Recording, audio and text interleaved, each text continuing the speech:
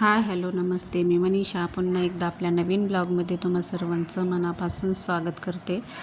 तर चला, आज आपण मच्छी फ्राय रेसिपी पाहणार आहोत. तर साध्या आणि सोप्या पद्धतीने मी बनवते. तर तुम्हाला पण कसं वाटतं हे मला सांगत जा. तर चला, आता पावसाचं म्हणजे आभाळ आलं होतं, तर माशावाला आला होता, तर ते काही शूट नाही केलं.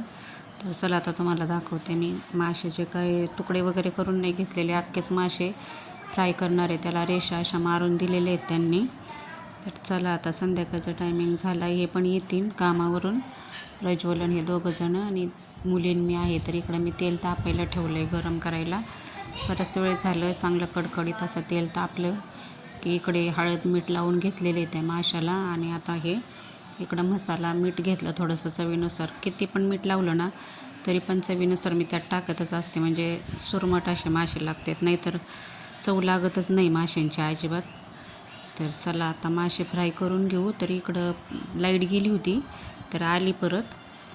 चला, आता मी मासे फ्राय करून घेते. आणि याच्यामध्ये ज्वारीचं पीठ पण टाकणार आहे मी आता. इथे लाल मसाला, काळा मसाला, लाल तिखट आणि आपला एव्हरेस्ट मसाला टाकून घेतलं आहे. आणि ज्वारीचं पीठ आता हे मिक्स करून घेतलं आहे सर्व. आणि आता हे लावून घेणार आहे. आणि तेल तर चांगलं आपलं तापलेलंच आहे. तुम्ही पाहिलं असेल तर व्हिडिओला स्किप न करता पूर्ण पहा. तर पाहू शकता, खूप असं तेल गरम झालेलं आहे आपलं. तर चला, आता हे मच्छी सर्व फ्राय करून घेऊ. आणि चपात्या पण बनवायच्यात मला, दीदीने कणिक पण मळून ठेवलेलं आहे. तर चला, आता हे मच्छी फ्राय करून झालं, मी चपात्या पण बनवून घेते एका बाजूला. आणि इकडे तुम्हाला कढईमध्ये मी पेपर टाकलेला पण दिसत असेल.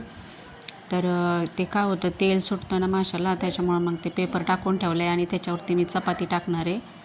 आणि मग नंतर वरून हे मासे ठेवणार आहे, म्हणजे काय होईल, तेल अजिबात लागणार नाही खाली. आणि ते असं त्या पेपरचं पण ते केमिकल काय असतं ते लागणार नाही माशांना, आपल्या व्यवस्थित राहतील. तर चला, आता इथं मी पेपर टाकून घेतला आहे कढईमध्ये. आणि आता हे मासे फ्राय करून घेते.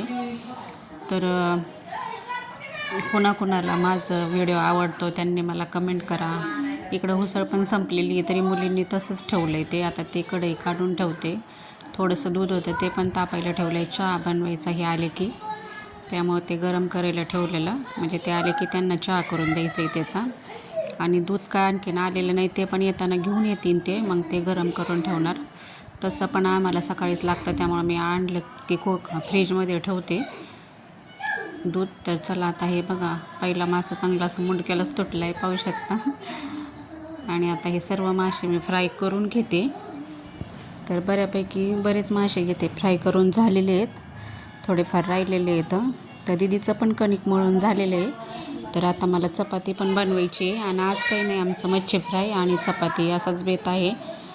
तर चला, आम्हाला पण आता हे 1.5 किलो मासे घेतलेले आहेत. एवढे आम्हाला खूप सारे होतात, जास्त काही लागत नाही. म्हणजे कधी कधी 2 किलो घेते मी, पण भाजी आणि फ्राय करायचं असेल तर. पण आज नुसती मच्छी फ्राय करायची होती म्हणून 1.5 किलोच मासे घेतले होते. तर चला, आता मी इकडं चपात्या पण बनवून घेते.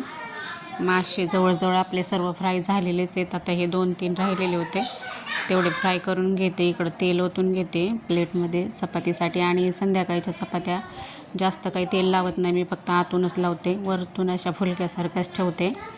तर पाहू शकता, मस्त कणिक मळून घेतलं आहे दीदीने. तर चला, आता मी चपात्या बनवून ठेवते. आणि तुम्हाला माझे व्हिडिओ कसे वाटतात हे कमेंट करून मला नक्की सांगत जा. आणखीन काही वेगळं माझ्याकडून तुम्हाला पाहायला आवडत असेल तेही सांगा.